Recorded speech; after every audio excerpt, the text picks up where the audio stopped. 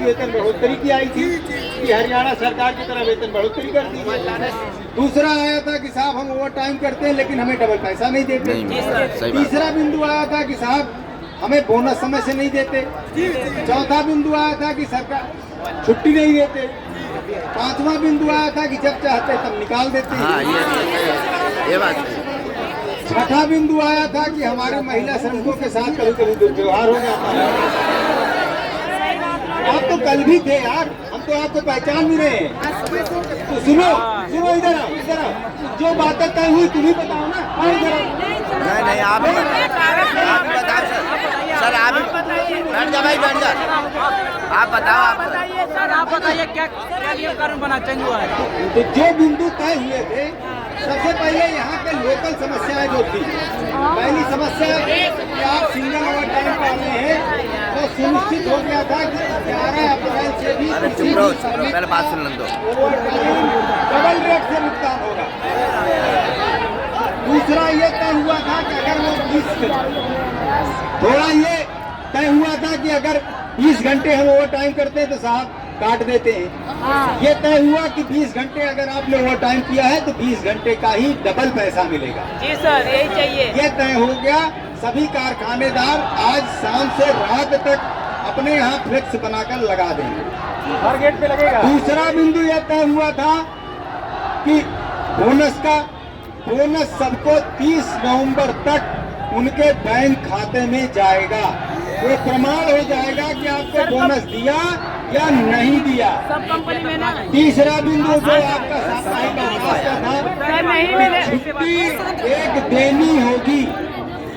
अगर छुट्टी में काम के नाते ज्यादा काम है, काम लिया है तो उसका दुगना पेमेंट करेंगे और एक छुट्टी भी देंगे। चौथा बिंदु जो महिलाओं से सम्मान से जुड़ा हुआ था, वो आपको भी मालूम है कि विशाखा कमेटी का एक है। अब हर कंपनी में विशाखा कमेटी होगी जिसका अध्यक्ष कोई न कोई हमारी महिला साथी होगी, महिला को ही रखा गया, और हर महीने उसकी बैठक होगी। जो कंपनी बैठक नहीं करेगी वो डिस्ट्रिक्ट एडमिनिस्ट्रेशन और हम सारे लोग उनके खिलाफ कार्रवाई करेंगे। जी सर। पांचवा बिंदु जो आपका वेतन बढ़ोतरी का था, आप लोगों की तरफ से लिखित कहीं कोई मांग नहीं आई है। डिवाइड करता है। आप लोगों ने जो मौखिक कहा है कि साहब जैसे हरियाणा में बढ़ाया है वैसे हमारा भी बढ़ जाए, अभी प्रदेश सरकार ने उस पर कोई कार्रवाई नहीं करी है। हम लोग यहाँ से प्रस्ताव भेज रहे हैं। प्रदेश सरकार, आप अपने नागरिक हैं, आपकी सहानुभूति के साथ, आपके व्यवहार के साथ, आपके सारे कुशलता के साथ ध्यान रख रही है और जल्दी ही उस पर निर्णय कर देगी। मेरी अपील है, उस दिन ही चर्चा हुई थी कि आप लोगों की बात सरकार तक पहुंच रही है, पहुंच गई है, जो आपका मुख्य उद्देश्य था।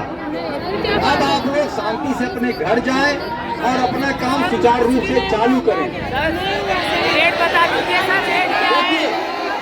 देखिए, ये आपको किसी ने करवाया है।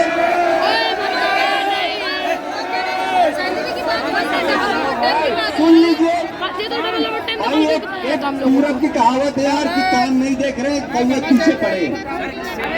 मैं जो बात आपसे पूछ रहा हूँ, नहीं आप सवाल ऐसे मत पूछिए। 8 अप्रैल 2026 को उत्तर प्रदेश की तनख्वाह ज्यादा थी कि हरियाणा की ज्यादा थी? कोई एक आदमी बता दे। सर इतना मालूम नहीं है। हाँ, कोई एक आदमी बता दे। नहीं, इसलिए मैं बार बार कह रहा हूँ कि आपको अपने हिसाब से लोग समझा रहे हैं, बता रहे हैं। मेरी आपसे विनम्र अपील है, हाथ जोड़ के विनती है कि आप किसी बहकावे में मत आए। अगर उत्तर दिल्ली, हरियाणा, अलीगढ़, एनसीआर में आता है, हेल्पर दिल्ली का 18,000 है, जो एनसीआर में है। भाई तब आप दिल्ली वाला काहे नहीं मांगे? नहीं, आप दिल्ली वाला क्यों नहीं मांगे? आप हरियाणा क्यों मांग रहे? नहीं, देखिए ऐसी टिप्पणी मत करिए, ऐसी टिप्पणी मत करिए जो आपको भी मालूम है।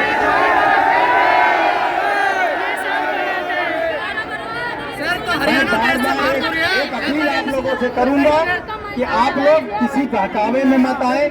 आपकी मांग सरकार तक जा रही है, सरकार तक पहुंचाई जा रही है, सरकार उस पर सहानुभूतिपूर्वक विचार कर रही है और जल्दी ही निर्णय करने की। लेकिन उसके लिए एक जो वातावरण बनाने की जरूरत है, जो माहौल बनाने की जरूरत है, आपके शांत रहने की जरूरत है, वो आप करें। जो हमें या पुलिस प्रशासन को करने की जरूरत है, हमें करने दें। ये मेरी आप लोगों से विनती है।